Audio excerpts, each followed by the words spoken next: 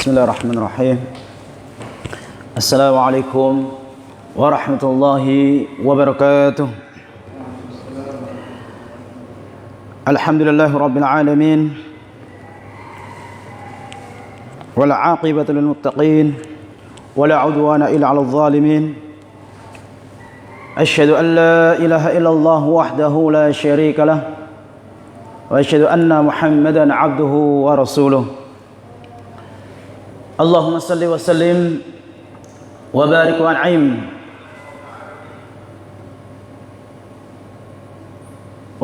an'im ala 'abdika wa rasulika Muhammadin wa ala alihi wa sahbihi wa man tabi'ahum bi ihsanin ila yaumiddin. Amma ba'd. Hadirin jamaah Masjid Baitul Mukhlisin yang mudah-mudahan sama-sama dimuliakan oleh Allah Subhanahu wa taala. Kembali kita bersyukur kepada Allah Subhanahu wa taala pada pagi yang mulia ini, pada subuh kali ini kita diberikan oleh Allah Subhanahu wa taala kenikmatan iman dan Islam, kenikmatan melaksanakan ibadah salat subuh secara berjamaah, kenikmatan dipilihnya kita oleh Allah Subhanahu wa taala untuk menjadi hamba-hamba Allah yang terbaik. Sebagaimana sabda Nabi sallallahu alaihi wasallam, "Man yuridillahu bi khairan yufaqihu fid din." Barang siapa yang Allah kehendaki kebaikan pada seorang, maka dia akan diberikan pemahaman yang baik dalam agama. Salawat dan salam semoga tercurahkan kepada Rasulullah sallallahu alaihi wasallam, semoga kepada keluarganya, semoga kepada para sahabatnya, kepada istri-istrinya dan juga kepada seluruh pengikutnya sampai akhir zaman. Hadirin jamaah salat subuh yang dimuliakan oleh Allah Subhanahu wa taala. Pertama, kami berterima kasih kepada pengurus DKM Masjid Baitul Mukhlisin yang telah memberikan kesempatan kepada kami untuk bersama-sama mengkaji ayat-ayat Al-Quran dan hadis-hadis Nabi sallallahu alaihi wasallam dengan tema mewujudkan pribadi yang sukses di dunia dan juga di akhirat. Dan juga terkhusus kepada akhina Al-Fadil Ustaz Hermawan yang Masya Allah beliau termasuk teman dekat kami yang cukup lama kami belajar bersama dengan beliau. Hadirin wal hadirat rahimakumullah. Materi yang kita angkat ini adalah materi yang besar, materi yang sebenarnya membutuhkan kajian berkali-kali. Tetapi karena waktu kita yang terbatas dan kesibukan kita masing-masing yang tentu memiliki banyak kegiatan-kegiatan yang berkenaan dengan tugas-tugas kita masing-masing, maka kita pelajari tema yang kita angkat ini insyaallah secara singkat dan insyaallah secara padat. Hadirin yang dimuliakan oleh Allah Subhanahu wa taala. Allah Subhanahu wa taala menciptakan manusia dan jin adalah untuk beribadah kepada Allah. Dalam surah Az-Zariyat Allah Subhanahu wa taala berfirman, "Wa ma khalaqatul jinna wal insa illa liya'budun." Tidaklah aku ciptakan jin dan manusia kecuali untuk beribadah kepadaku, kata Allah. Ini tujuan dari penciptaan manusia yang pertama. Kemudian tujuan yang kedua adalah di dalam Al-Quran dan surah Al-Baqarah Allah Subhanahu wa taala berfirman, inni ja'ilun fil ardi khalifah. Sesungguhnya kami akan menjadikan di atas muka bumi khalifah. Ya. Allah Subhanahu wa taala akan menjadikan manusia-manusia yang Allah ciptakan sebagai khalifah, sebagai pemimpin, sebagai pengelola, sebagai pengganti yang akan mengatur ya muka bumi, mengatur kehidupan baik secara pribadi maupun secara kolektif ya, secara bersama-sama. Hadirin yang dimuliakan oleh Allah Subhanahu wa taala, di dalam keseharian kita tidak pernah lepas dari doa sapu jagat. Ya, doa sapu jagat itu Pak? Ada yang ingat? Boleh silahkan disebutkan. Bapak yang nganter saya tadi. Doa sapu jagat itu apa ya? Oh ya, Masya Allah. Betul. Ya, ini dikenal dengan doa sapu jagat. Rabbana atina fid dunya hasanah wa fil akhirati hasanah wa qina adzabannar. Wahai Rabb kami, berikanlah kepada kami kehidupan di dunia yang baik, yang bahagia, dan berikanlah kepada kami kehidupan di akhirat juga kehidupan yang baik, dan jauhkanlah kami dari siksaan api neraka. Ini adalah doa yang menunjukkan bahwa Allah mengajarkan kepada kita untuk menjadi orang yang memiliki obsesi besar, memiliki tujuan besar, yaitu mewujudkan pribadi ataupun jamaah menjadi orang-orang yang bahagia di dunia, yang baik di dunia dan juga di akhiratnya. Bentar ya.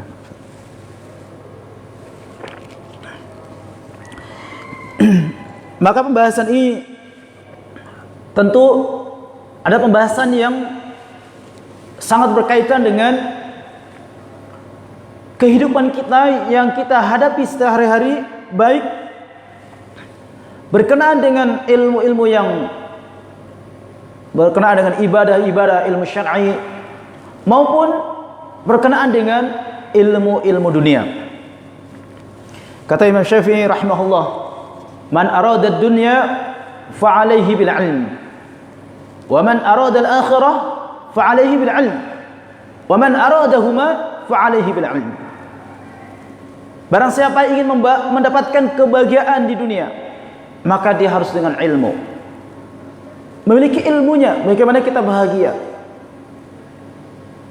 Kalau kita ingin menguasai ilmu komputer, maka kita harus belajar ilmu komputer.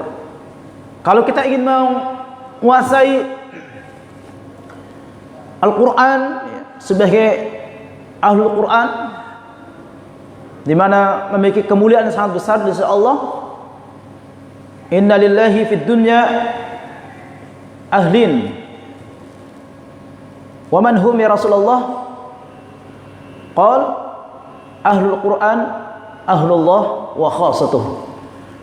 Nabi SAW bersabda, sesungguhnya di dunia ini ada keluarganya Allah. Maka para sahabat bertanya, siapakah keluarganya Allah? Beliau bersabda, yaitu ahlullah adalah ahlul Quran wa khasatuh, dan orang-orang pilihannya Allah. Maka ketika kita ingin bisa menguasai Al-Quran, maka belajarlah Al-Quran. Kita mengkaji ilmunya yang begitu besar kemuliaannya, yang telah diberitahukan oleh Nabi kita yang mulia Nabi Muhammad sallallahu alaihi wasallam. Maka ketika seorang yang menguasai Al-Quran, hafiz Quran, tilawahnya sesuai dengan tajwid, sesuai dengan kaidah-kaidah yang benar, kemudian ketika membaca Quran juga faham artinya, maknanya, kemudian dia amalkan, dia dakwahkan, maka ini adalah merupakan kemuliaan yang sangat besar. Jadi ilmu dunia dan ilmu akhirat itu adalah hal yang tidak bisa dipisahkan di dalam kehidupan kita. Karena hakikatnya semua ilmu yang berkenaan dengan keduniaan maupun berkenaan dengan ilmu syar'i, ilmu akhirat, itu adalah bagian yang saling menguatkan.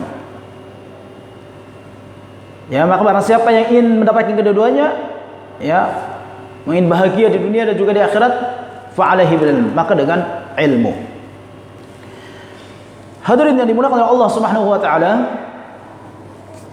yang sering terjadi sekarang adanya orang-orang yang ingin memisahkan antara ilmu agama dengan ilmu akhirat, yang seolah-olah itu ilmu yang terpisah yang tidak perlu untuk dipelajari, ya, kalau memang bukan di bidang yang dia geluti. Misalnya dia dosen agama, ya udah urusin agama terus gitu, belajarnya ilmu agama terus, nggak perlu belajar ilmu-ilmu tentang ekonomi, ilmu-ilmu tentang parenting, ya, tentang rumah tangga misalnya, ilmu-ilmu tentang bagaimana mendidik anak dan seterusnya. Itu menurut dia tidak penting. Ini adalah pemahaman yang salah. Pemahaman yang harus kita pahami bersama adalah bahwa Nabi SAW telah mengajarkan kepada kita Islam dengan sempurna, di mana Nabi SAW mengajarkan tentang kebahagiaan dunia dan juga tentang bagaimana mendapatkan kebahagiaan di akhirat.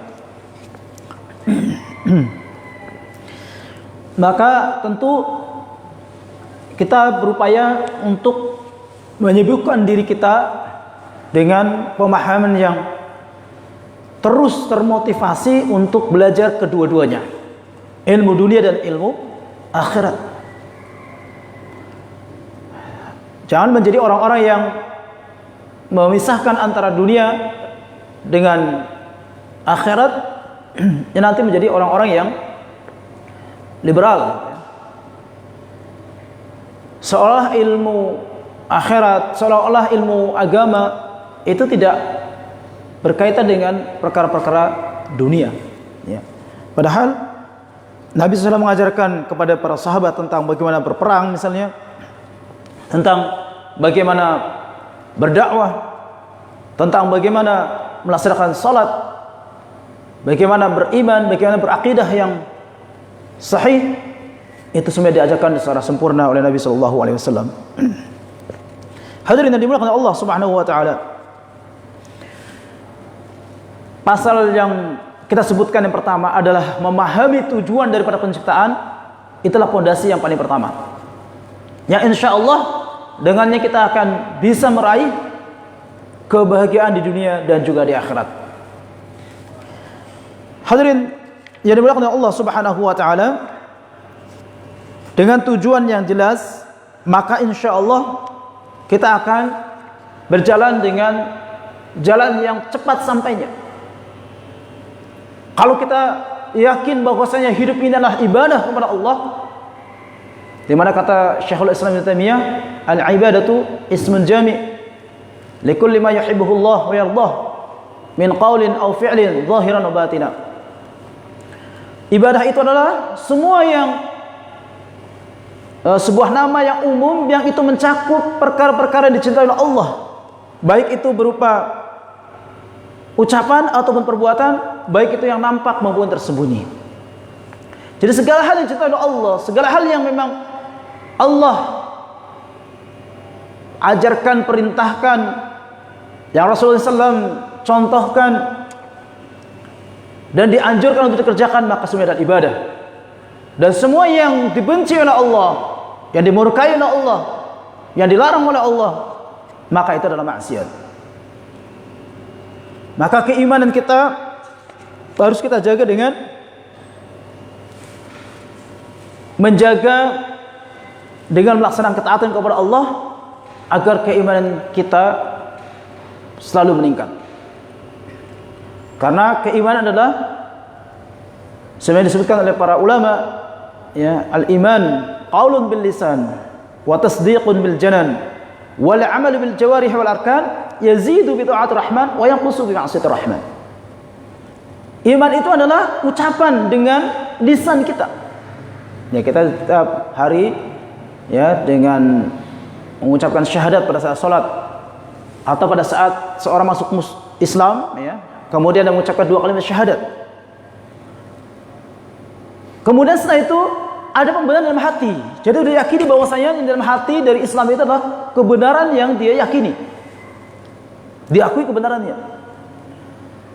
Kemudian dibuktikan dengan amal perbuatan. Kita sholat, kita mencintai orang-orang yang cinta kepada Allah, para ulama mencintai kaum muslimin sebagaimana kaum muslimin cinta kepada Allah, maka kita mencintai mereka. Maka ini adalah merupakan bagian dari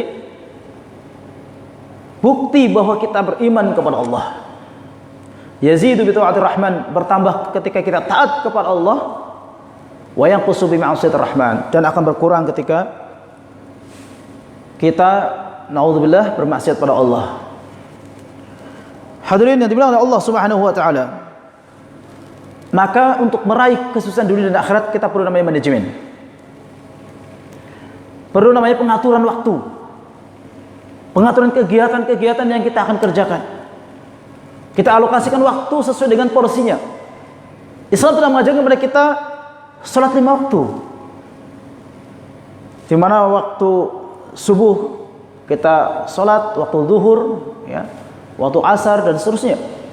Itu adalah pelajaran yang berharga kepada kita bahwa hidup ini harus diatur. Hidup ini harus ditentukan mana yang harus dikerjakan dan mana harus ditinggalkan. Mana yang prioritas dan mana yang bisa ditunda. Mana yang harus kita segerakan dan mana harus kita tunda, kita lewati dulu. Itu semuanya harus kita atur dengan baik. Sebab ketidakteraturan inilah yang menyebabkan kegagalan. Kata pepatah mengatakan, tarjun najata walam tasluq masalikaha, innas safinata la tajri 'alal yabis. Banyak orang ingin sukses, banyak orang ingin bahagia, tapi dia tidak mau melewati jalan-jalan bahagia, jalan-jalan kesuksesan. Ketahuilah tidak ada kapal laut yang berjalan di daratan. Ketika kita ingin sukses, maka berupaya untuk memiliki strategi yang kuat, ya, manajemen waktunya, fisiknya kita perkuat, mental kita perkuat, ilmu kita yang kemudian itu akan mengarahkan kepada tujuan-tujuan yang jelas dengan ilmu tersebut. Kemudian juga ada namanya kekuatan dari jamaah, kekuatan dari komunitas masyarakat. Kalau di masjid kita misalnya ada DKM, yang mana dengan kekuatan-kekuatan yang ada pada sekitar kita, ya, itu akan menguatkan kita untuk mewujudkan cita-cita besar kita. Ya, tentu kita merasakan nikmat yang luar biasa ketika sholatnya dipimpin oleh hafidz Quran, dipimpin oleh ustadz yang membaca Al-Quran dengan tartil dan benar. Itu kita akan nyaman, khusyuk. Dan termasuk hal yang perlu untuk kita selalu upayakan adalah khusyuk dalam sholat, karena mereka itulah orang-orang yang mendapatkan surga Firdaus. Alladzina hum fi salatihim khashi'un. Itu orang-orang yang mereka itu ketika salat dengan khusyuk. Salah satu cara untuk khusyuk dalam salat adalah kita berjamaah, ya. Kita melaksanakan ibadah dengan mengikuti imam yang bacaannya benar. Kalau tidak benar, kadang-kadang kita mendengarkan bacaan mungkin gelisah kita, ya. Waduh, bacanya salah-salah nih, gitu. Jadi walaupun dosanya itu tanggung sama imam kalau salah, ya, jamaah nggak ikutan menanggung dosa. Tapi ada kegelisahan kalau kita kondisinya sholat dengan diimami dalam dengan imam yang salah ketika baca Al-Qur'annya. Allah Subhanahu wa taala telah mencontohkan di dalam penciptaan dunia ini dengan takdir, dengan ketentuan yang secara teratur. Allah Subhanahu wa taala berfirman, "Wa khalaqa kulla syai'in faqaddarahu taqdira." Dan Dia telah menciptakan segala sesuatu dan menetapkan ukuran-ukurannya dengan serapih-rapihnya. Jadi Allah Subhanahu wa taala telah mencontohkan di dalam penciptaan langit dan bumi itu tidak ada yang namanya ketidakteraturan. Semua diciptakan oleh Allah dengan kesempurnaan, sesuai dengan kadar-kadarnya yang ditentukan oleh Allah Subhanahu wa taala. Ya, kalau kita memiliki hidung ya ke bawah, ya itu bagus ya. Coba kalau hidungnya ditaruh di tempat lain, ya, maka menjadi sesuatu yang tidak indah. Kalau hidungnya menghadapnya ke atas, wah, pasti kalau hujan kita akan kerepotan ya. Jadi dengan ada penciptaan manusia yang terbaik, laqad khalaqnal insana fi ahsani taqwim. Sungguh kami telah menciptakan manusia dengan sebaik-baik bentuk. Ini menunjukkan bahwasanya Allah Subhanahu wa taala membentuk manusia, menciptakan manusia dengan penciptaan yang sempurna, yang terbaik. Dan Nabi SAW juga ketika mengerjakan amalan-amalan, karena Nabi SAW idza amila syai'an atqanah. Nabi SAW, ya, kata Aisyah radhiyallahu anha, ketika mengerjakan amalan maka beliau profesional. Jadi benar-benar profesional, benar-benar terbaik, bukan asal-asalan, bukan main-main, tapi dengan yang terbaik dan paling sempurna. Hadirin yang dimuliakan Allah Subhanahu wa taala,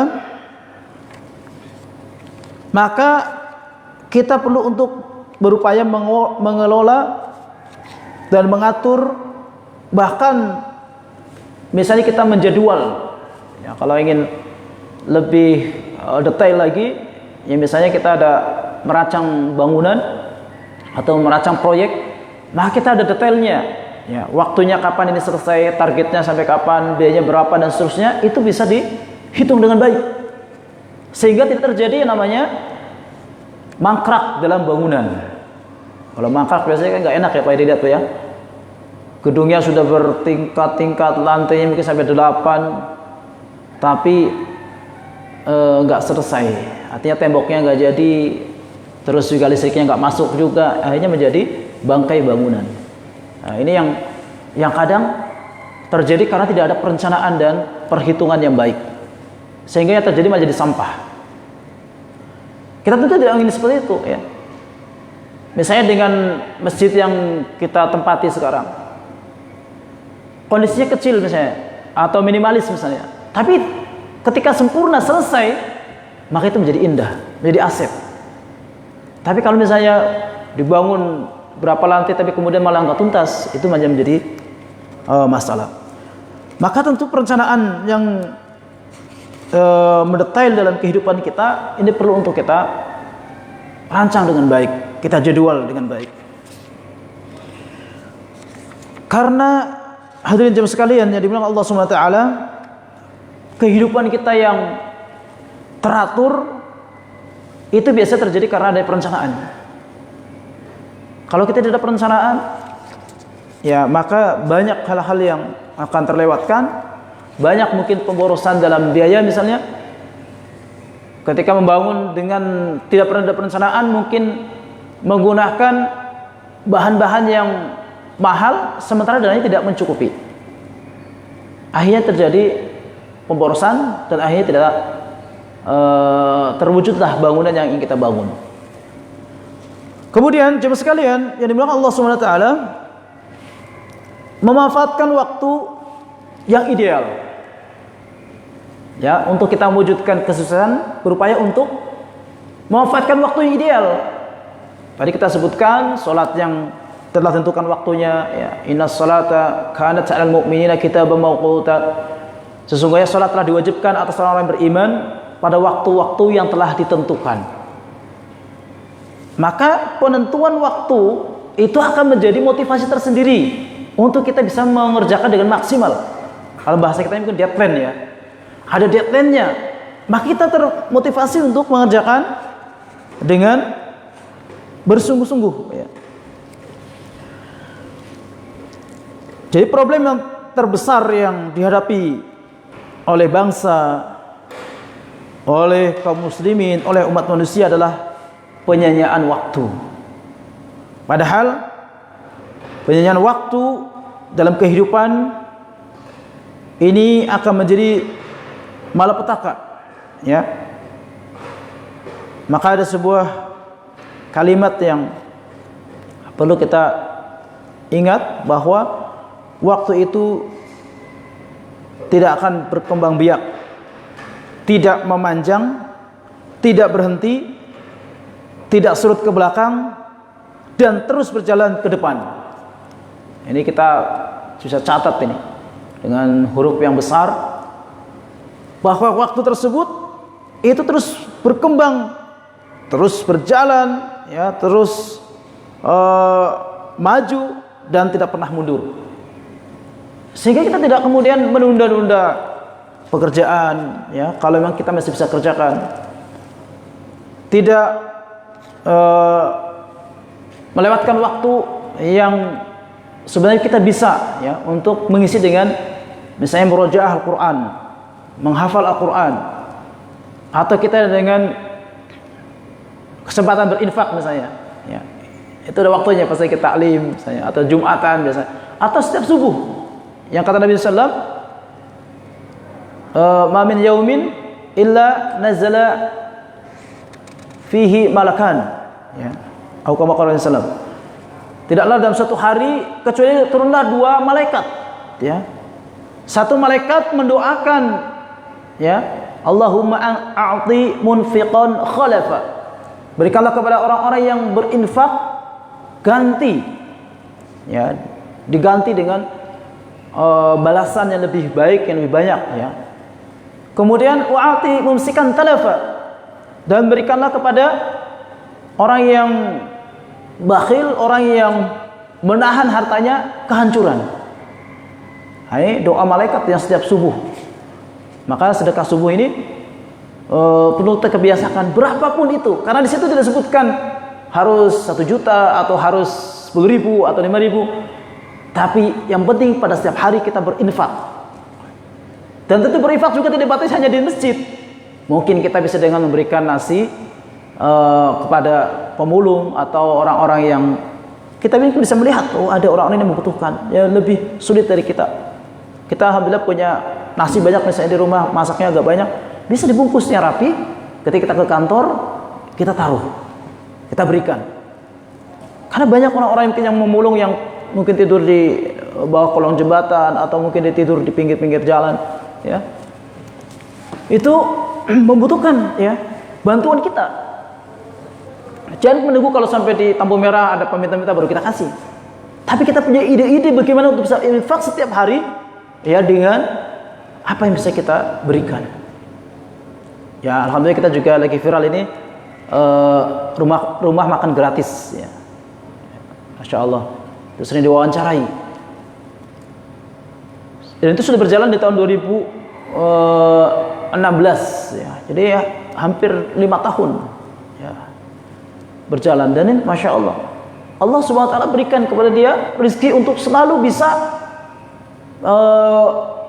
berjalan, ya, rumah makannya itu walaupun gratis. Nah, contoh ini luar biasa. Karena kata Nabi SAW, khairukum man at'amat ta'am. Sebaik-baik di antara kamu adalah yang memberikan makan. Jadi ada amalan-amalan, ada yang tulis oleh Abu Fidar, ya, AKH, ya. Beliau mengumpulkan ada 13 amalan-amalan terbaik. Salah satu yang beliau sebutkan adalah yaitu suka memberi makan Nah, itu berdasarkan hadis tadi ya. Hadirin dimuliakan Allah Subhanahu wa taala, ini waktu kita di mana waktu yang terbaik berinfak adalah waktu pagi. Ya, karena setiap pagi turunlah 2 malaikat yang mendoakan. Dan doa-doa malaikat adalah doa-doa yang mustajab. Ya, doa-doa yang insya Allah dikabulkan. Maka sayang sekali kalau kita kemudian doakan keburukan oleh malaikat. Kemudian berikutnya adalah berupaya untuk mengendalikan diri. Ya, ada pengendalian diri dan juga meraih kepercayaan. Di mana pengendalian diri ini adalah kita bisa mengatur ya dan tidak boros dengan apa yang kita miliki dari harta yang kemudian kadang-kadang habis karena hawa nafsu yang dia inginkan. Bukan kebutuhan yang dia turuti, tapi kemewahan atau hanya ingin disebut wah, hanya dianggap hebat atau dianggap kaya, akhirnya dia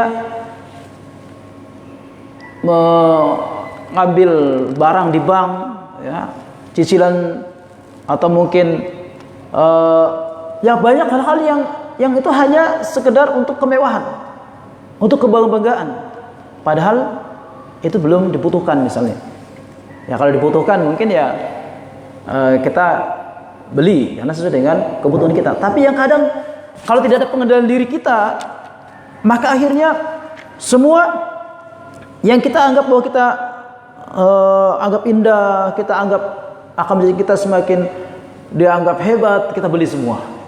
Ya, cincin misalnya harganya 10 juta, kalau pas hilang cincinnya langsung pusing kepalanya. Harganya ada 10 juta kemudian hilang, ya, waduh, mungkin nggak bisa tidur ini. Misalnya berlebihan, jadi banyak hal-hal yang kemudian karena tidak ada pengendalian diri, akhirnya dia terjatuh ke dalam kenistaan, kehinaan. Ya apalagi kalau kondisi seperti sekarang yang mungkin banyak PHK mendadak ya Pak ya. Waktu COVID kemarin itu kan banyak ya perusahaan-perusahaan PHK besar-besaran. Ya. Dari mallnya ya. Giant, kemudian ya banyak sekali lah perusahaan-perusahaan juga yang lainnya itu banyak yang PHK. Itu tentu kan, coba bayangkan kalau sedang nyicil mobil misalnya atau rumah yang mewah sementara dia PHK, tentu ini kan jadi masalah baru. Maka tentu pengendalian diri kita itu perlu untuk kita kuatkan. Dan aspek-aspek yang bisa mengendalikan diri kita adalah faktor agama. Ya, karena agama itu kan artinya ya, agama tidak rusak ya atau tidak binasa. Jadi dengan kita memiliki sifat tawadhu, ya, rendah hati di hadapan orang beriman, dengan kita memiliki keikhlasan, ya, akhlak yang baik, kemudian kita memiliki prioritas dalam hidup, misalnya kita ada alokasikan waktu untuk kesehatan dan juga melihat masa depan anak, misalnya kita alokasikan untuk pendidikan anak, yang mana bukan menuruti semua yang sifatnya harus segera ada sekarang, tapi ke depannya kita harus perhatikan. Maka dalam Al-Quran Allah SWT firman dalam surat Al-Hasyr, ya ayyuhalladzina amanu taqullaha wal tanzur nafsum ma qaddamat lighadin wattaqullaha innallaha khabirun bima ta'malun. Wahai orang yang beriman, bertakwalah kepada Allah dan lihatlah bekal-bekal yang kamu persiapkan untuk hari esok. Ya, hari esok di akhirat, ya, dan juga hari esok di dunia. Ya, pada waktu yang akan datang kita harus rencanakan. Wattaqullah, dan bertakwalah kepada Allah. Ya. Innallaha khabirun bima ta'malun. Sesungguhnya Allah Maha mengetahui atas apa yang kamu kerjakan. Kemudian aspek yang perlu kita kendalikan juga adalah aspek kemanusiaan, ya, di mana kita berinteraksi dengan orang lain, maka dengan interaksi yang terbaik Misalnya kita berinteraksi dengan orang lain, ada namanya dengan menikah, ada namanya berinteraksi dengan karib kerabat, handai tolan, teman kerja, tetangga, status sosial, ya. Atau interaksi yang sifatnya spontan di pasar, ya, di mal-mal dan seterusnya, yang itu interaksi yang perlu juga kita kendalikan. Jangan interaksi-interaksi tersebut diabaikan, atau jangan sampai hanya perhatian diri sendiri saja. Yang penting saya beli, masalah yang lain, masalah harga misalnya kita mau tekan ya sampai ditawar sampai bahkan penjualnya pun rugi, nggak masalah gitu ya. Yang penting kita untung gitu misalnya. Nah ini bukan apa namanya menjaga interaksi, tapi zalim namanya. Orang sudah bekerja ya, ingin dapat untung, tapi kita ketika beli mungkin justru terlalu menawar sampai akhirnya orang itu rugi. Itu tentunya tidak seperti itu yang diajarkan ya. Islam tetap berupaya untuk bisa kita menawar boleh, bahkan tidak terlalu besar untungnya, tapi jangan sampai kemudian sampai dirugikan mereka gitu ya. Apalagi kalau pengen barang baru atau barang yang memang harganya tentu lebih mahal. Mungkin kalau barang yang udah reject atau barang yang kualitasnya rendah mungkin bisa lebih murah, tapi Islam mengajak kepada kita untuk tetap menjaga yang namanya hubungannya baik dengan manusia. Kemudian pengendalian diri terhadap kondisi dan peristiwa. Misalnya ketika sakit, ketika kecelakaan, ketika ada goncangan sosial, ketika ada perang, krisis ekonomi, dan juga bencana alam seperti gempa dan banjir. Ini juga adalah hal yang tentu sikap dalam pribadi kita dan juga jamaah ya, kaum muslimin tentu ini akan memiliki ada yang namanya prioritas-prioritas dalam waktu tertentu. Ya kalau ada bencana tentu kita ada penggalangan dana. Tentu kita berupaya untuk mengumpulkan ya harta-harta yang bisa kita kumpulkan untuk membantu saudara kita yang terkena musibah. Ini adalah kondisi-kondisi yang sifatnya berkenaan dengan waktu yang berkenaan dengan peristiwa yang terjadi. Kemudian berikutnya adalah ada namanya manajemen diri. Allah Subhanahu wa ta'ala berfirman, "Innallaha la yughayyiru ma biqaumin hatta yughayyiru ma bi anfusihim." Sesungguhnya Allah tidak akan merubah satu kaum kecuali dia merubah diri sendiri. Kalau kita tahu ya bahwa dalam diri kita ada kelemahan, maka kita cari solusi dari kelemahan kita. Yang paling tahu tentang diri kita siapa? Selain Allah ya, tentunya adalah diri kita sendiri.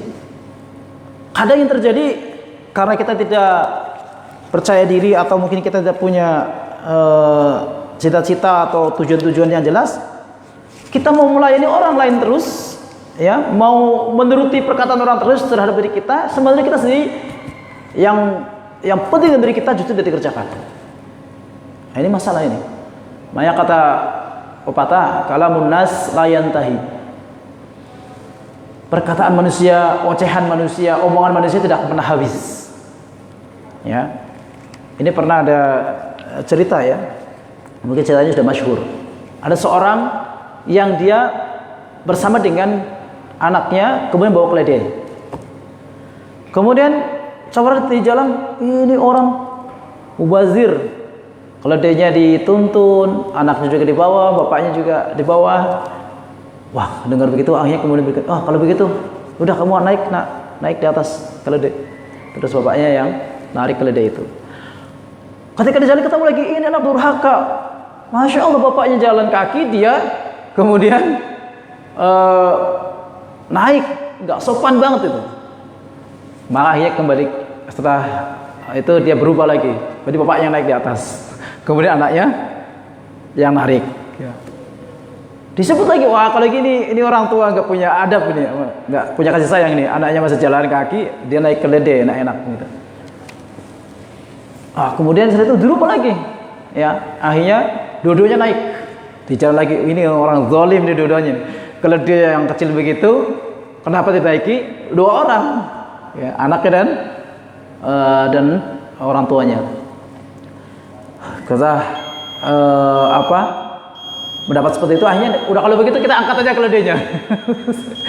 Aduh, luar biasa. Jadi saking sudah kalutnya dengan perkataan orang, ocehan orang, akhirnya dia malah zalimi diri sendiri. Ya, keledai yang bisa jalan sendiri malah perlu diangkat, gitu kan. Luar biasa ini.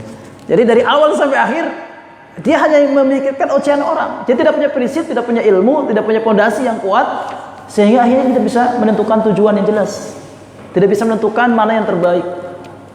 Kan kenikmatan yang terbesar ya dalam hidup kita ketika kita mendapatkan ilmu itu, kita langsung, wah ini dosa ternyata ya, saya tinggalkan. Wah ini sunnah ya, ini surat tahajud itu pahalanya besar banget ya, maka saya kerjakan. Maka punya motivasi yang kuat. Nah ini motivasi yang kuat itu adalah ilmu. Makanya kata pepatah mengatakan al-ilmu yahrusuka wa anta tahrusul mal. Ilmu itu akan menjagamu sementara kamu menjaga hartamu. Ya apalagi kalau kita melihat keutamaan ilmu, ya salah satu amalan yang tidak akan terputus adalah ilmu yang bermanfaat yang diajarkan kepada manusia. Ya, ketika telah terputus, ya, ketika telah meninggal anak Adam, maka terputuslah amalannya. Idza mata ibnu Adam yanqata amalu illa min thalathin, shadaqatin jariyah aw ilmin yuntafa'u bih aw waladin shalihin yad'u.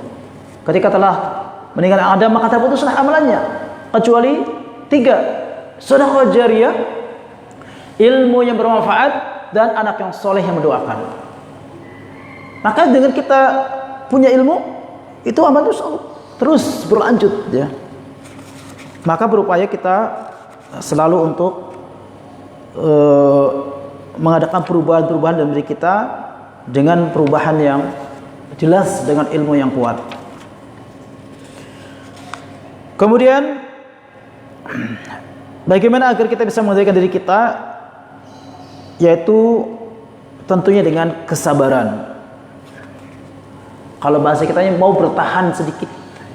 Jadi kalau kita mau tes siapa paling kuat kesabarannya, contohnya begini. Satu yang depan itu gigit tangan saya, yang satu saya gigit tangannya. Saya gigit. Mana yang paling kuat untuk ya tidak melepaskan, itu berarti paling kuat sabarnya. Itu cara untuk menguji. Artinya sabar itu dipertahan. Kita menahan sakitnya, menahan ujiannya, menahan capeknya, dengan tetap kita berupaya menjalani dengan sebisa mungkin. Ya. Kalau cara untuk melatih diri kita untuk jadi orang sabar adalah banyak puasa. Ya. Rajin puasa, itulah di situ latihan kesabaran yang luar biasa.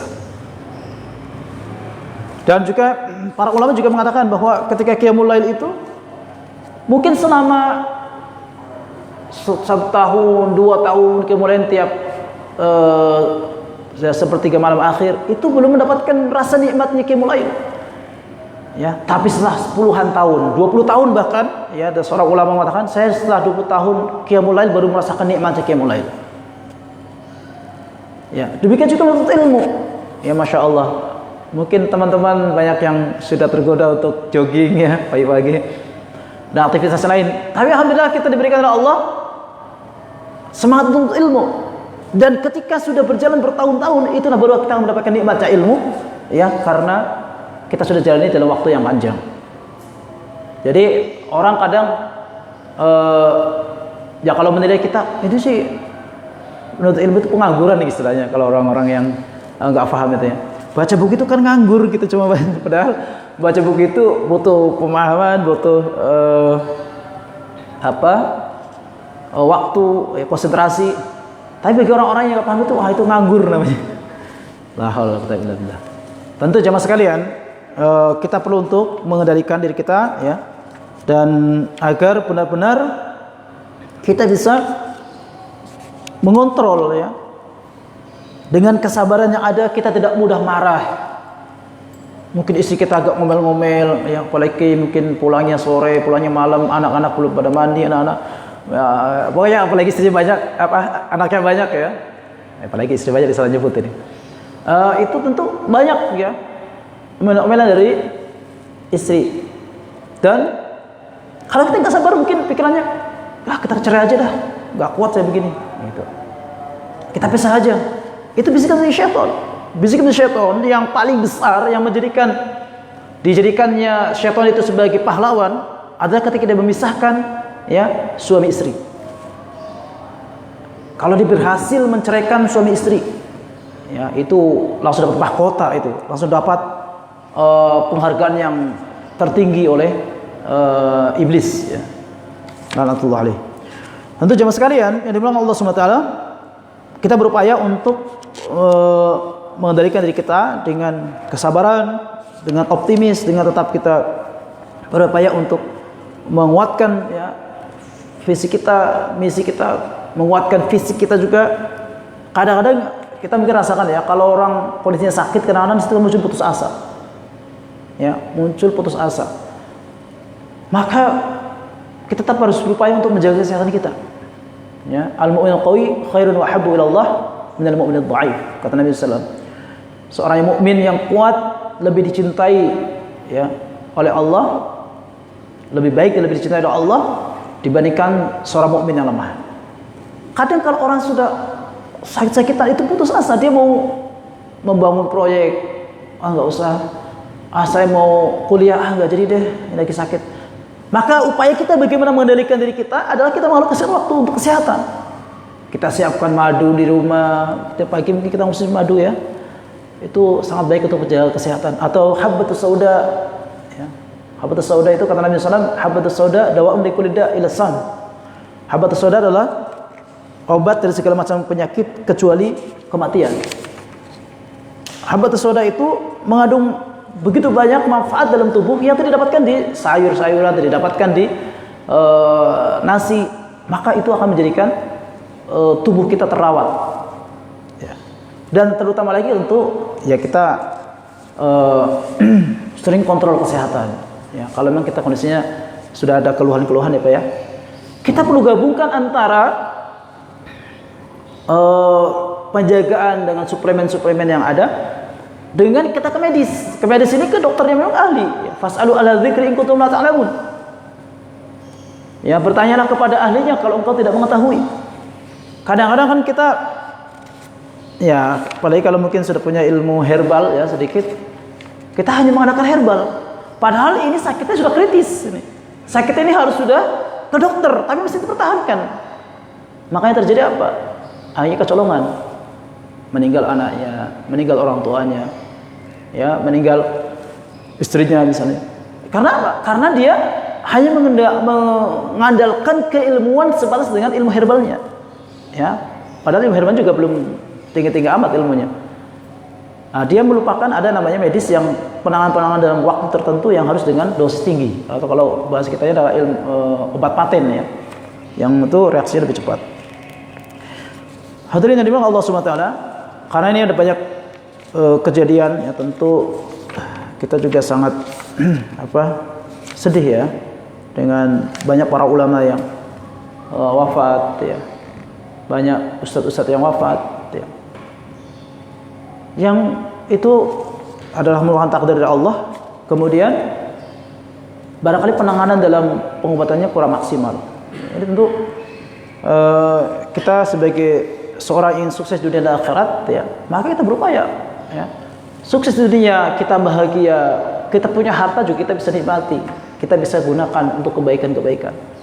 Kadang kita punya harta tapi fisik sudah lemah, hanya kita nggak bisa apa-apa ya. Ibadah juga terganggu ya. Makanya Nabi SAW mencontohkan bagaimana beliau itu selama 60 tahun itu ibadahnya maksimal dan tidak pernah sakit ya, atau jarang sakit lah kalau misalnya kita katakan ini. Tapi pada saat sudah menjelang 63, pada saat yang waktu beliau akan wafat, baru di situ kemudian beliau mulai sakit, dan itu tidak lama. Jadi tidak menjadikan beban bagi keluarganya. Dan itu pun juga memang kondisinya saat itu diracun ya oleh orang Yahudi ya, sehingga beliau mulai menurun ya. Dan tentu jamaah sekalian dari Allah Subhanahu wa taala, dengan kita menjaga dengan baik ya kesehatan kita, mental kita, dengan kita selalu banyak berpikir positif ya, menghindarkan dari berbagai pikiran-pikiran negatif, yang itu akan menjadikan diri kita insya Allah akan semangat dalam hidup. Kadang-kadang yang menjadikan kita kemudian menjadi banyak meninggalkan kebaikan Itu karena pikiran-pikiran negatif yang ada. Misalnya tadi saya sering menerapi pasien ya dengan ruqyah syar'iyyah dan juga dengan bekam misalnya. Misalnya dia berpikir negatif begini, orang ini depresi, ya. Kalau saya ruqyah, insya Allah tidak ada jinnya. Itu dia kalau mau minum obat yang dari dokter, itu bawahnya itu kayak makan paku. Jadi berpikir negatifnya berlebihan. Jadi kan ketika makanan yang dia makan, obat yang dia makan dengan pikiran negatif, maka yang terjadi kan ada namanya penolakan dalam tubuh. Akhirnya depresi, akhirnya dia selalu gelisah. Saya kok jadi begini, ya, selama 3 bulan ini sakit, kok kenapa bisa terjadi sakit begini ya? Padahal dia saat itu misalnya dia sering begadang, ya ini sering jualan online. Jadi pas tengah malam baru dia upload semua dagangan-dagangannya. Pola selama bertahun-tahun yang dia sering begadang sampai jam 12, itu dia tidak sadari, ternyata dia akhirnya ke depresi. Ya, tentu ini sebagai contoh bahwa berpikir negatif ketika minum obat itu juga berpengaruh kepada efek negatif. Maka tentu kita harus memperbaiki cara berpikir kita. Kemudian berupaya untuk mengambil keputusan yang terbaik. Ya, jadi keputusan juga ini perkara yang penting ini. Wasyawirhum fil amr. Bermusyawarah dalam urusan. Ya. Untuk memutuskan itu dengan kita dialog, kita diskusi. Saya dulu ketika masih kuliah di tahun kelima di Setiba Makassar, itu ditawarin untuk menikah begitu ya, ditawarin untuk menikah. Maka bagaimana solusinya untuk memutuskan? Saya banyak konsultasi kepada teman-teman yang sudah menikah di kalangan mahasiswa. Maka ada satu mahasiswa yang paling berkesan yang menyampaikan kepada saya, Mas Sabar, kalau kamu menikah ada masalah, kalau kamu tidak menikah masalahnya makin banyak. Jadi kalau kita nikah juga ada masalah ya Pak ya. Kalau tidak nikah juga masalahnya lebih pusing lagi. Jomblo terus kanan kiri diomelin, kanan kiri diledekin ya. Dia bilang begitu. Iya benar juga ternyata. Kita menikah ada masalah. Kalau kita gak nikah masalah lebih banyak lagi. Malah ketenang hidupnya gitu. Maka alhamdulillah ya itu juga masalah dengan dosen-dosen ya menguatkan untuk menikah. Jadi walaupun masih kuliah, alhamdulillah sudah menikah. Itu keputusan. Jadi keputusan itu dengan musyawarah, dengan mencari ilmu, ya mencari pendapat dari orang-orang ahli. Misalnya ketika kita ingin mengambil rumah, ya properti yang ingin kita ambil, kita konsultasi kepada orang-orang yang sudah punya rumahnya, sudah punya properti yang banyak misalnya, atau yang sudah berpengalaman dari kita dalam properti. Bagaimana secara memilih rumah yang bagus? Jangan sampai kita udah capek-capek beli rumah, ternyata rumahnya sering kena banjir. Sanitasi pembuangan airnya nggak bagus, nah, akhirnya itulah kegagalan hidup namanya. Ya ada jamaah kami mengatakan begini, Ustaz, kalau kamu ambil rumah, ambillah developer atau misalnya bank yang benar-benar menjamin, kayak PTN Syariah misalnya. Memang dia betul-betul ini, ya fokus di situ. Gitu. Ya, PTN Syariah yang memang fokus di bagian pembangunan misalnya, atau di properti yang memang benar-benar terpercaya. Karena kan kadang gini Ustaz, kita sudah DP, kita sudah bayar, tapi ternyata sertifikat tanahnya itu masih dipakai untuk agunan di tempat lain. Ya. Ini seperti di tempat kami ada perangkat kabel ya, itu dia kolab dan dia bermasalah, kemudian tidak digunakan lagi. Ternyata dia diajukan di bank, ada 3 bank yang bermasalah. Ya. Akhirnya sampai sekarang kepemilikannya masih sengketa terus. Ya. Perusahaannya sudah berhenti, PHK-nya juga tidak ada pesangon dan seterusnya karena memang bermasalah. Dan kalau kita dengar juga katanya dia ini yang punya atau bosnya kabur gitu ya. Wallah alam yang benar. Tapi contoh ini bahwa kadang ketika kita ngambil rumah atau properti itu ternyata sertifikat itu banyak digunakan di tempat lain. Akhirnya ketika kita sudah lunas, giliran kita mau ambil sertifikatnya masih ketahan di bank, ya, atau di tempat lain, ya. Itu kemudian juga teman-teman yang mengambil rumah juga menyampaikan, ya, harus cek ini kira-kira bahannya bertahan berapa lama, ya, asbesnya ini kualitasnya yang berapa, atapnya, ya, atau misalnya lantainya. Pernah teman cerita, ya kita sebut ke daerahnya sekitar Sawangan lah gitu, ya, itu ketika ngambil rumah kan mau ngecek di bagian ini, ya, pemuaan toilet, itu dibuka ternyata di situ ada orangnya. Wah, orang yang ini apa namanya, kepala orang gitu. Saya gak usah nama tempatnya, ya. Artinya apa? Ternyata di situ banyak pembuangan orang yang penembakan misterius simpan di situ. Ya tentu, maka ini kita belajar kepada orang-orang yang berpengalaman dalam masalah itu. Jadi keputusan-keputusan tentu kita dengan komunikasi dan kita belajar kepada orang lebih berpengalaman, ya, yang insya Allah itu akan menjadikan keberhasilan dalam hidup kita.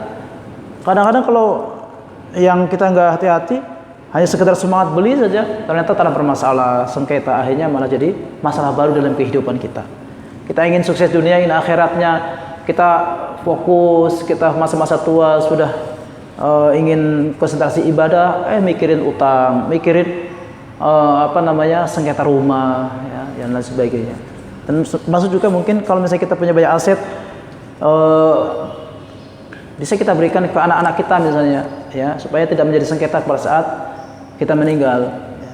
Mungkin ahli waris kita tidak semuanya paham agama, ada yang akhirnya menjadi bahan rebutan, bahkan menjadi perkelahian dan pembunuhan, ya. Saya ada pasien yang saya ruqyah itu, dia dari keponakannya justru yang membeli tanah warisan, yang akhirnya dia mengirim sihir kepada ahli-ahli waris yang sesungguhnya. Karena apa? Supaya dia dapat murah, ya, atau supaya dia tidak dikejar lagi tagihan dari pembayaran dari tanah yang dia beli. Dan itu sering terjadi, ya. Kemudian kita bagaimana belajar untuk berpikir, ya, berpikir yang baik secara global, ya, seperti judul yang kita ini sebagai global ini, ya. Ya, sukses dunia dan akhirat itu kan panjang sebenarnya, ya.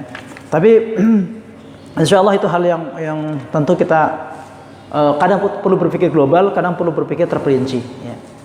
Dan itu semuanya ada kondisi-kondisi tertentu yang memang kita bisa munculkan, ya. Kalau seorang yang ingin menjadi peneliti, ya, ingin dapat gelar doktor atau profesor, itu maka memang banyak peneliti yang sifatnya mendetil. Tapi bagi orang-orang awam, orang-orang yang belajarnya masih baru-baru, ya, pemahaman, ya, ilmu agama sedikit, maka kita memberikan sesuatu yang global. Ya, bahasa kita kalau SD lah, kalau SD kan materinya yang gampang ditangkap, yang nggak jelimet, nggak ada khilafiyah, nggak ada pertentangan para ulama dalam satu bab, satu pembahasan. Nah, itu yang kemudian akan memudahkan. Kemudian berikutnya kita menguatkan memori dan banyak membaca, ya. Jadi kekuatan memori itu namanya ada dengan cara menghafal, itu ada dengan cara namanya memori kanan, ya, yaitu dengan pengkhayalan. Itu kuat, itu biasanya kita menggabungkan satu ilmu pembahasan dengan hal yang lain yang kemudian saling menguatkan, ya, sehingga ingat terus. Seperti misalnya kita menghafal kode ATM kita, ya, passwordnya, kita gabungkan dengan tanggal lahir kita, maka dia akan memudahkan, tidak akan salah, ya, masuk password HP. Tapi kalau kita tidak ada sesuatu yang mengikatkan dia untuk ingat dengan sesuatu itu, maka akan hilang, ya, hafalannya. Termasuk ketika menghafal Quran, kita bisa dengan mempelajari artinya, terjemahannya, ya. Kemudian hal yang penting juga kalau kita ingin sukses dunia, yaitu masalah kesehatan, di mana kita atur yang namanya waktu makan, waktu tidur, waktu olahraga, ya, waktu istirahat, semuanya kita harus atur dengan baik, ya. Kemudian juga interaksi sosial yang baik, ya, komunikasi yang baik ketika kita bertemu dengan teman kerja, dengan atasan kita, dengan bawahan, dengan masyarakat, dengan jamaah. Ini semuanya kita harus kembangkan bagaimana sih kita berinteraksi yang baik, ya, karena kekuatan kita adalah jamaah, ya, ya. kekuatan yang kita ingin bisa wujudkan dalam kehidupan kita, yang itu akan berpengaruh besar adalah ketika bersama dengan jemaah. Kalau kita hanya sendiri kita, ya kita mungkin sholat hanya beberapa saat, ya. Kemudian kita infak cuma beberapa harta yang bisa kita keluarkan. Tapi dengan jemaah banyaklah yang akan bisa diwujudkan. Bisa bangun masjid, bisa bangun pesantren, bisa bangun universitas, ya. Tapi kalau kita dari awal sudah punya pikiran bahwa kita tidak butuh dengan jamaah, dengan lingkungan, atau bahasa kita mungkin lah lebih baik kita menyendiri aja lah, lebih baik kita ngurusin diri sendiri. Nah, itu gap-gap, ya, penghalang-penghalang seperti itu yang justru akan menjadikan kita jauh dari keberhasilan, jauh dari kesuksesan. Alhamdulillah di masjid kami lagi ada penggalangan dana. Itu yang dibutuhkan 50 juta ya untuk bangun toko. Ya, makanya disebut dengan wakaf produktif. Ya, dan dilipatkan jamaah. Dan Nabi SAW juga mencontohkan seperti itu. Ketika Nabi SAW akan pergi berjihad, maka beliau tawarkan siapa yang ingin menyumbang untuk perang Tabuk. Ya. Sedangkan siapa yang mau menyumbangkan, maka Abu Bakar As-Siddiq menyumbangkan hartanya seluruhnya, bahkan beliau. Ya, jadi Nabi tidak hanya mengandalkan harta dari dirinya, gitu. Mentang-mentang Nabi hartanya banyak, ya, harta rampasan perang yang menjadi milik Nabi banyak, udah masyarakat, sahabat nggak perlu infak, gitu. Nah, ini salah. Ya. Justru Nabi, ya, itu mengajarkan kepada para sahabat untuk kita bersama-sama berjuang. Justru ketika kita ada kontribusi di situ, di bangunan masjid ini, ada wakaf kita, ada sedekah kita, maka kita merasa memiliki dan justru kita semangat untuk memajukan masjid kita. Tapi kalau nggak ada kontribusi mungkin, wah itu masjid orang lain, nggak perlu lah saya ikut-ikutan gitu, nggak usah ikut campur lah gitu.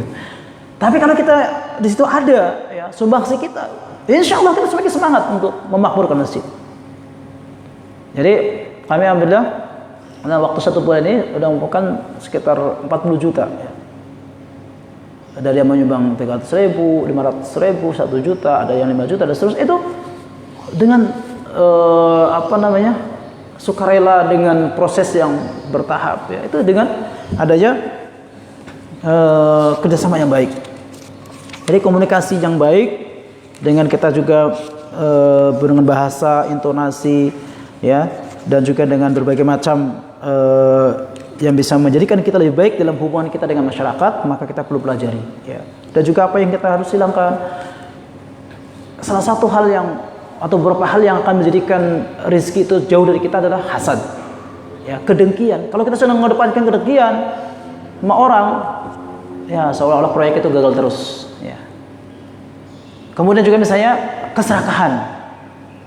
Keserakahan apa? Dia punya dapat gaji sekian misalnya sebagai seorang pimpinan pro dalam proyek misalnya, dan untuk para pegawainya sekian-sekian, itu dia mau ambil semua gitu. Teman-teman dia sebagai bosnya, hak-hak yang untuk pegawai dikurangi, dikorupsi ya, sekarang ramai ya. Dikorupsi misalnya jatahnya untuk guru ini misalnya dapat 1 juta, ya, karena mantan dia kepala sekolah misalnya, dia ambil katakan 1 juta ditambah dengan dikurangi dari guru-guru yang lain 200.000, ya, kali misalnya 50 guru misalnya, berarti kan sudah berapa juta itu. Dan kemudian jadi dia serakah gitu. Padahal keserakahan itu adalah bagian dari yang menjadikan penghalang rezeki pada seseorang, ya. Maka tentu kita harus berupaya untuk memperbaiki, ya, cara pandang dalam berinteraksi dengan manusia, ya, dengan ekspresi wajah, dengan cara yang baik, perhatian ketika diajak bicara sama orang, jangan kemudian kita merendahkan, ya, orang lain. Apalagi kalau merendahkan para ulama, ya, naudzubillah min dzalik, ya. Karena wa may yu'azzim syi'ar Allah fa innaha min taqwal qulub. Karena siapa yang mengagungkan syiar-syiar Allah, maka sungguhnya itu adalah bagian dari ketakwaan dalam hati. Kadang kita baru belajar, ya, masih awal-awal, tapi mudah sekali untuk mencela ulama. Apa definisi ulama? Ulama adalah orang yang memiliki ilmu, ya, yang mendalam. Kalau dalam bahasa kita mungkin hafalannya banyak. Kemudian yang kedua adalah paham apa yang dia hafal. Itu adalah ulama. Imam Bukhari hafal puluhan ribu, ratusan ribu, bahkan jutaan hadis. ya, dia paham, dia hafal, kemudian dipisahkan mana yang hadis lemah dan mana hadis yang sahih, mana hadis yang palsu dan seterusnya. Kemudian dibuatlah yang namanya Sahih Bukhari, yang paling sahih, ya, kitab yang paling sahih setelah Al-Quran adalah Sahih Bukhari. Jadi paham, ya, apa yang dia hafalkan, ya, dan dia juga tentunya mengamalkan kalau ingin kriteria ulama yang lain. Kalau kita melihat orang-orang yang sudah fokus menghafal Quran, karena kan fondasi ilmu itu Al-Quran, ya, kemudian hadis, kemudian dia memahami dan bahkan mendakwahkannya, kok kemudian kita celak, itulah ulama. Makanya tentu adalah dosa yang besar. Makanya kata para ulama bahwa kehormatan para ulama itu adalah seperti daging yang beracun, ya, ya, luhubil ulama, ya, daging para ulama itu beracun. Artinya apa? Kalau dia misalnya mencela ulama, maka apa yang terjadi? Mungkin dirinya yang akan binasa. Tabrak mobil lah, kecelakaan lah, atau mungkin dia sekarat lah, atau mungkin dia juga dalam kondisi yang kehidupannya berantakan, ya. Dan ini tentu hal yang tidak kita inginkan. Maka kata Nabi SAW, al-kibr batrul haqqi wa ghamtun nas. Kesombongan itu adalah batrul haqq, menolak kebenaran, wa ghamtun nas, dan menyepelekan manusia, merendahkan manusia. Kalau manusia umum aja kita nggak boleh rendahkan, ya, apalagi kalau saya para ulama. Maka tentu kita berupaya untuk membela para ulama, pada ulama-ulama kita yang dinistakan, ya kita bela sesuai dengan kemampuan kita masing-masing, sesuai dengan jalur-jalurnya masing-masing. Yang punya jalur di pejabat, ya, silakan melalui jabatannya. Yang melalui mimbar, status saja masyarakat dengan bijak, tetap menenangkan masyarakat juga supaya tidak terbawa emosi dan kemudian anarkis, ya. Dan semuanya kita bersinergi. Bagaimana kita berupaya untuk bisa memberikan kontribusi dengan jalan-jalan yang Allah berikan. Jadi Allah SWT memberikan kepada kita kemampuan itu berbeda-beda, ya. Fa'alhama fujuraha wa taqwaha. Ya, maka Allah telah mengilhamkan kepada setiap orang itu fujuraha wa taqwaha, keburukan dan kebaikannya, kejahatan dan ketakwaannya. Setiap orang diberikan ilham tersendiri, ya, yang kemudian di situlah muncul potensi baik dan potensi buruk. Dan potensi baik ini yang ketika berkembang dan diasah maka kemudian menjadi ahli, ya, bisa menjadi profesor, menjadi penemu, ya, menjadi mendapatkan penemuan-penemuan yang bermanfaat, ya. Tapi kalau nggak diasah, ya, dari potensi yang ada, ya mungkin standar-standar saja, ya. Maka tentu coba sekalian kita perlu untuk memperbaiki, ya, cara pandang kita bahwa Allah telah memberikan kepada kita peluang. Kalau dalam istilah kita adalah pintu rezekinya itu berbeda-beda, ya. Ada yang sebagai pegawai, ada yang sebagai pengusaha, ada yang sebagai guru, ada yang sebagai ustadz, sebagai kiai. Dan itu semuanya kalau kita padukan dalam kehidupan kita sehari dengan baik, dengan kita berpikir positif dan saling menguatkan potensi-potensi yang ada, maka itu ada banyak keberhasilan dan kesuksesan dunia ini dan juga di akhirat nanti, ya. Iyyaka na'budu wa iyyaka nasta'in. Kami hanya menyembah kepadamu, ya Allah, dan kami hanya mohon pertolongan kepadamu. Dalam kata ayat ini, iyyaka na'budu wa iyyaka nasta'in, adalah kita bersama-sama, gitu. Jadi kita menyembah kepada Allah bukan sendirian, tapi kami, ya, menyembah kepadamu, ya Allah, hanya kepadamu, ya Allah, dan itu kami berjamaah. Itu sholat jamaah. Jadi asalnya sholat itu hanya dengan berjamaah, ya, karena menggunakan lafaz-lafaz iyyaka na'budu wa iyyaka nasta'in, ya, hanya kepadamu lah kami menyembah dan hanya kepadamu lah kami mohon pertolongan. Dan juga potensi dan yang penghalang pada orang itu berbeda-beda, ya. Mungkin latar belakang orang yang berbeda yang kemudian mempengaruhi kesuksesannya. Ada yang kalau kita lihat kisahnya penemu dari Apple, ya, di mana dia kondisinya saat masih muda itu sangat sulit untuk mendapatkan makanan yang enak. Dia anaknya diadopsi oleh orang Amerika, ya. Kemudian dia kondisinya sulit, dan ketika masuk kuliah di Amerika juga ditolak ya. Dan akhirnya ya dengan kondisi yang sulit itu justru dia menjadi penemu layar sentuh ya. Siapa yang tahu namanya ya? Kemudian juga misalnya beberapa yang lain itu ternyata ya itu diuji karena apa? Dengan kesulitan yang dihadapi, yang kemudian menjadikan dia itu sukses, terpacu. Dan memang dalam Al-Quran sudah jelas ya, inna ma'al usri yusra, sesungguhnya setelah ada kesulitan mesti ada kemudahan. Kadang orang ingin mendapatkan anak yang sukses, diri kita ingin sukses, tapi kita tidak mau melewati masa sulit dulu. Padahal dalam Al-Quran jelas inna ma'al usri yusra, sesudah kesulitan baru ada kemudahan. Yang sekarang orang inginkan banyak kan mudah-mudah terus, tidurnya nyenyak, makan enak, nggak mau olahraga capek saya, atau nggak mau kerja mengeluarkan keringat, akhirnya malah justru kolesterolnya naik, ya, asam uratnya naik dan seterusnya karena makan enak terus tapi nggak jadi banyak malah penyakit gitu. Tapi kalau orang yang dia berupaya untuk bekerja, ya, maka ketika makan itu juga dia akan seimbang menjadi sehat gitu. Kemudian ada orang tipenya yang memang kalau dia nggak dipaksa ya bekerja maka dia nggak gerak. Itulah saya banyak mendengar dari teman-teman yang dapat penawaran pensiun dini, ya, misalnya di perusahaan. Saya nggak sebut nama perusahaannya lah. Itu dia karena terbiasa sebagai pegawai, kemudian tahu-tahu dapat pesangon sekian, kemudian nggak punya pengalaman usaha, dia maksain usaha.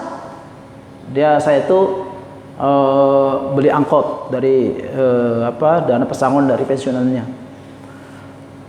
Kemudian buka usaha, ternyata angkotnya sudah mulai sepi, apalagi pandemi ya, kemarin sepi banget. Kemudian akhirnya karena nggak mencukupi, akhirnya mobilnya dijual. Bahkan yang jual pun dia ditipu sama temannya, mobilnya dijual, katanya hilang atau apa ya. Akhirnya dia rugi. Jadi mungkin tipenya dia memang orang yang harus diatur oleh perusahaan dengan kerja teratur, bangun pagi kita sekian, ya. Tapi ada orang yang tipenya memang tipe yang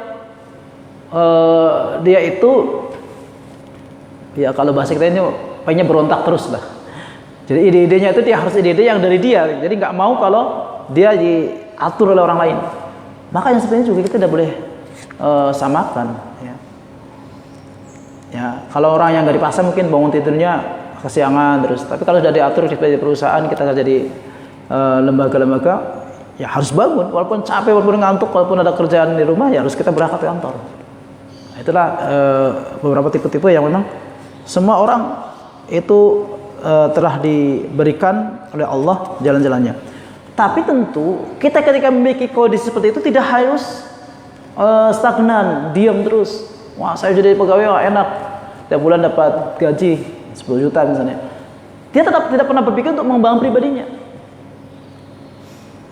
Pribadi yang saya maksud adalah misalnya sebagai pengusaha, ya.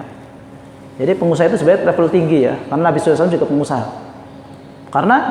Kenapa pengusaha levelnya tinggi? Karena dia memikirkan bawahannya nanti, memikirkan gaji pegawainya, memikirkan bagaimana dapat invest ya, dapat proyek yang kemudian bisa memenuhi kebutuhan pegawai-pegawainya, padahal kalau ratusan sampai ribuan ya. Maka dia berpikir untuk lebih besar. Maka kalau kita melihat rata-rata pemimpin ya, di dunia itu adalah pengusaha. Ya. Jadi pemimpin kalau hanya mengadakan sebagai guru misalnya, atau mungkin sebagai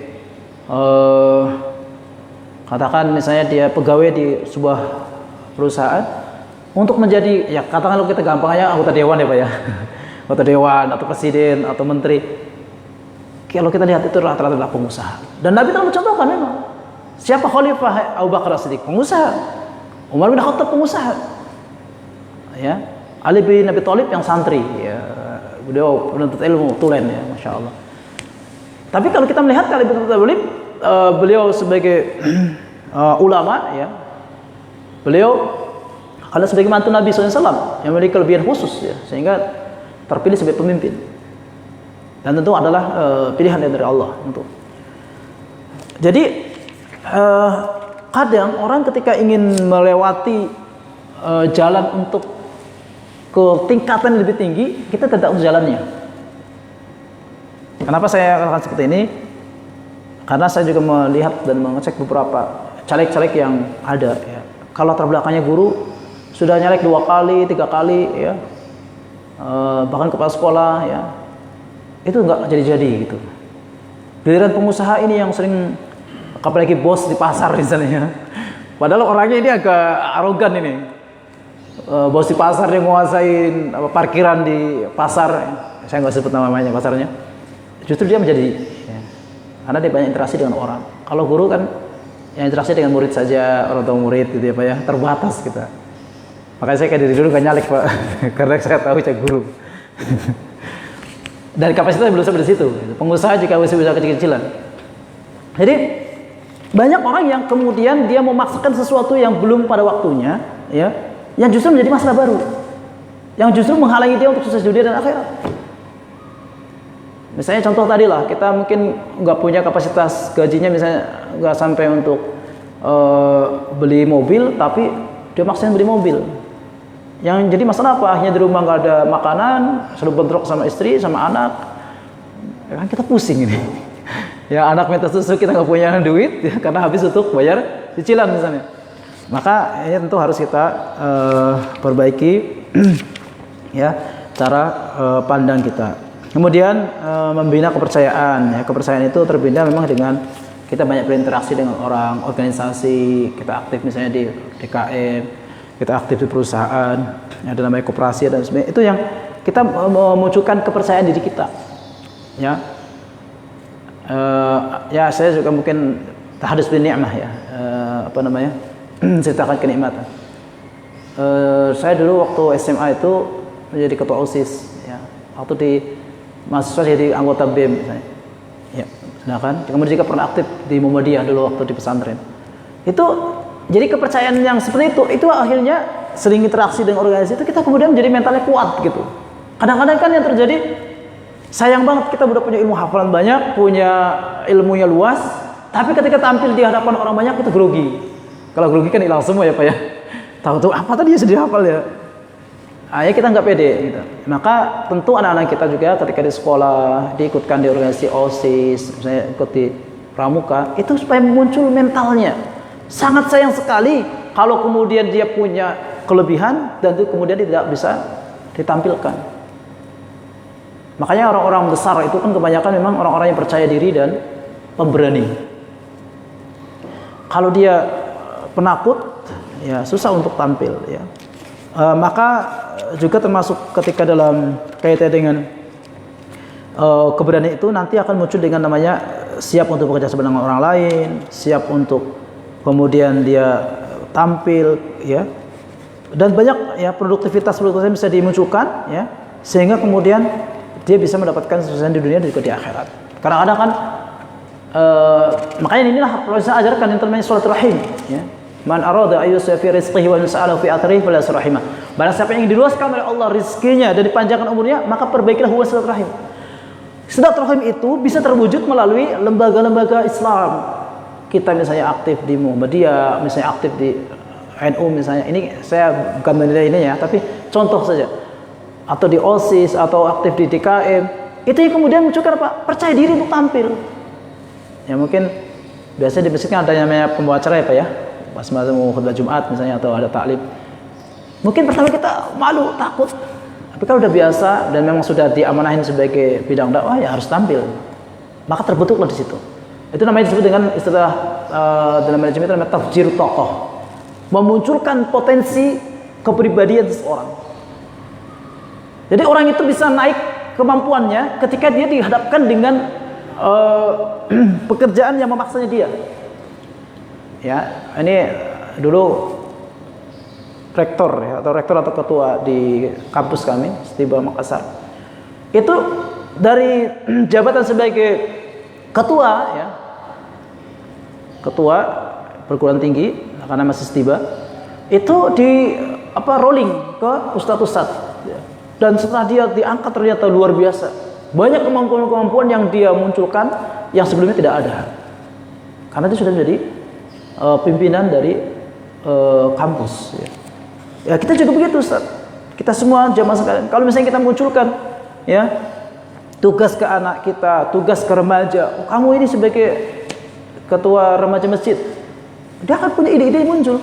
Tapi kalau enggak, posisinya sebagai jamaah biasa terus, ya udah diem aja, nggak pernah mikir, nggak pernah ingin maju, nggak pernah punya obsesi untuk bangun remaja-remaja yang lain untuk aktif di masjid. Ya. Maka tentu jemaah sekalian yang dimaksud Allah Subhanahu Wa Taala, tentu endingnya untuk kebahagiaan dan kemuliaan di akhirat adalah itu yang terbaik. Ya. Ya. Barang siapa yang dijauhkan dari neraka dan masuk surga, maka itu adalah kesuksesan terbesar. Ya. Maka kesuksesan di dunia yang tadi kita sebutkan, ya, dan itu juga adalah mengarah kepada akhiratnya, maka harus kita munculkan yang namanya obsesi besar kita adalah akhirat. Wal akhiratu khairu wa abqa. Dan kehidupan akhirat adalah lebih baik dan lebih kekal. Semua kesuksesan di dunia yang kita kerjakan, harta-harta yang kita miliki, istri-istri, anak-anak yang kita miliki, semua itu akan hilang. Yang akan kekal adalah amal-amal soleh kita, sedekah-sedekah kita. Ya, kalau harta yang kita miliki yang banyak, itu menjadi ahli waris nanti, bukan milik kita lagi kalau kita meninggal. Tapi yang akan kita bawa adalah amal soleh, ya, sedekah yang kita sedekahkan di jalan Allah. Maka barang siapa yang bisa mengatur, ya, harta kita untuk mana untuk sedekah, mana untuk tabungan akhirat, mana untuk yang di dunia kebutuhan, maka itu orang yang berhasil sesungguhnya. Keberhasilan di dunia itu ada batasnya, tapi keberhasilan di akhirat itu adalah yang paling utama, yang terbaik, dan itu kekal abadi.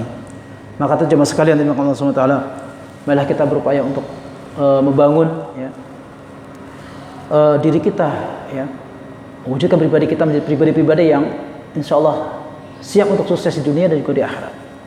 Dan tentu ketika pribadi kita sudah sukses dan sudah baik, kita akan transfer juga kepada orang-orang di sekitar kita, ya, teman-teman kita, keluarga kita. Kalau kita berjalan-jalan, ya, apalagi ke daerah-daerah, kita lihat banyak, ya, keluarga-keluarga kita mungkin yang masih untuk mendapatkan makan juga sulit, ya, untuk dapat pakaian, ya, untuk dapat kebutuhannya itu harus, misalnya bertani, dia harus berjemur 1 hari, ya, dan itu dengan upah yang sangat minim, ya. Mungkin ada yang 20.000 1 hari, padahal dari pagi sampai sore. Tentu ini kita dengan fa'tabiru ya ulil absar, mengambil pelajaran dari orang-orang yang kita temui, ya. Dan Allah SWT memerintahkan kepada kita untuk fasiru fil ardi fanzuru kaifa kana aqibatul mukadzibin. Ya, berjalanlah di atas muka bumi dan lihatlah akibat-akibat, ya, keburukan atau kehancuran bagi orang-orang yang mendustakan, ya, bagi orang-orang yang tidak mau taat pada Allah. Ya, kita mungkin bisa melihat seperti ada replikannya Fir'aun, laknatullah alaih. Kemudian, ya, kisah tentang umat Nabi Soleh yang ditenggelamkan, dan juga yang lainnya. Itu tujuan kita, Pak, supaya mengambil pelajaran bahwa dunia itu semuanya akan hilang. Sebanyak apapun harta kita, ya, sekuat apapun diri kita, itu juga semuanya akan berlalu, ya. Kullu man 'alaiha fan. Semua yang di atas muka bumi ini adalah fana, ya, itu akan rusak. Wa yabqa wajhu rabbika dzil jalali wal ikram. Hanya Allah Subhanahu wa taala yang akan kekal. Kullu syai'in halikun illa wajhah. Setiap yang di atas muka bumi ini halikun, akan binasa, illa wajhah, kecuali hanya wajah Allah. Dan semuanya akan kembali kepada Allah. Maka tentu kita kembali kepada Allah dengan kembali membawa keberhasilan dunia dan akhirat. Dan ini adalah doa-doa yang selalu kita panjatkan kepada Allah, ya. Rabbana atina fid dunya hasanah wa fil akhirati hasanah wa qina adzabannar. Kita sempatkanlah waktu untuk berilmu. Kita sempatkanlah untuk berinteraksi dengan masyarakat. Sempatkanlah kita untuk mengajar, menyebarkan ilmu. Sempatkanlah kita untuk berinfak. Semua diatur dengan baik. Maka insya Allah menjadi keindahan yang luar biasa dalam kehidupan kita. Hadirin yang dimuliakan oleh Allah Subhanahu wa taala, ini waktunya sudah habis, ya, Ustaz, ya. Saya mohon maaf kalau agak panjang, ya, Pak, ya. Ini karena pembahasannya memang panjang. Dan tentu apa yang kami sampaikan ini bukan sesuatu yang membatasi, ya, bukan itu saja, ya, tetapi masih banyak jalan-jalan menuju pada kesuksesan dunia dan juga di akhirat yang semuanya Allah telah gambarkan, ya, jalan-jalannya Nabi telah ajarkan, ya. Itu tinggal kita baca atau tidak Al-Quran, hadis yang sudah disampaikan Nabi, apa kita baca atau tidak, ya. Maka tentu masih banyak, ya, ilmu-ilmu yang lain yang kalau seandainya ilmu Allah itu dicatat, ya, dengan tinta air lautan, ya, dan juga ranting nanti sebagai penanya, itu tidak akan pernah habis, dan tidak akan bisa tertulis semuanya. Bahkan kalau datangkan 2 kali lipatnya tidak akan bisa juga. Maka tentu kita tidak ada istilah bagi kita untuk berhenti, ya, dalam menuntut ilmu. Wallahu ta'ala alam wa alam. Jazakumullahu khairan atas perhatiannya, wal afu minkum. Terima kasih banyak kepada seluruh jemaah, ya, pada panitia yang masya Allah telah memberikan kesempatan kepada kami untuk silaturahim, ya, dan memberikan kepada kami kesempatan untuk sama-sama kita belajar, ya, insyaallah. Mudah-mudahan diberkahi Allah, mudah-mudahan Allah Subhanahu wa taala memberikan kepada kita kesuksesan di dunia ini dan juga di akhirat nanti, dan mudah-mudahan Allah Subhanahu wa taala menjauhkan kita dari siksaan api neraka. Amin ya rabbal alamin. Aqulu qouli hadza fa astaghfirullah li wa lakum wa li sa'iril muslimin wal muslimat min kulli dhanb. Rabbana atina fid dunya hasanah wa fil akhirati hasanah wa qina adzaban nar. Wa sallallahu ala nabiyyina Muhammadin wa ala alihi wa sahbihi wasallam wa akhiru da'wana alhamdulillahi rabbil alamin. Assalamualaikum warahmatullahi wabarakatuh.